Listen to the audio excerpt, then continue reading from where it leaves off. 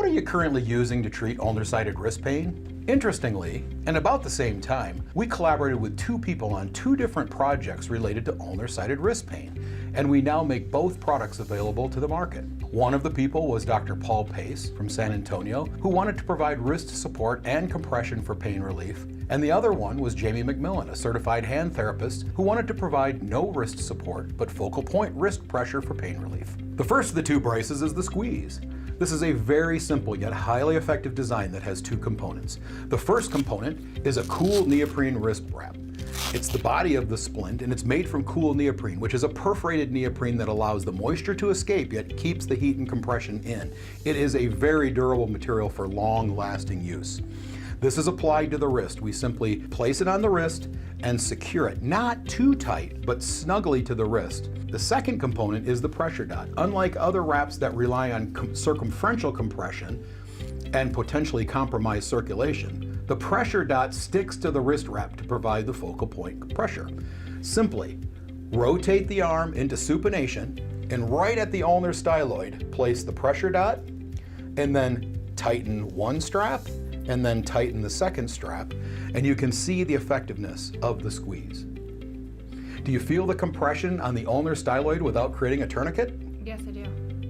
Because it contains no stays or hinges, the squeeze is a cash pay item like a tendonitis strap or a knee sleeve, but it is a highly effective brace for active people.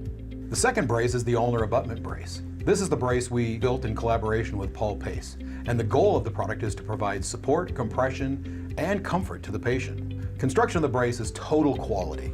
The brace is made from neoprene. It has the nice UBL or unbroken loop material, which we call OK cloth, that's made in Japan for the most durable and softest finish that we can give.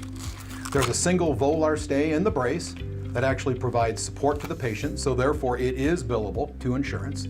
And there's universal sizing, so one right and one left will fit most patients.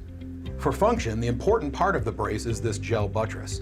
We simply slide the hand and position the brace correctly on the arm, and then we position this buttress right over top of the ulnar styloid, and with this retaining strap, pull it across. There's a hook material and loop material that actually hold that buttress right in place, and then the brace itself wraps around to secure on the back of that retaining strap.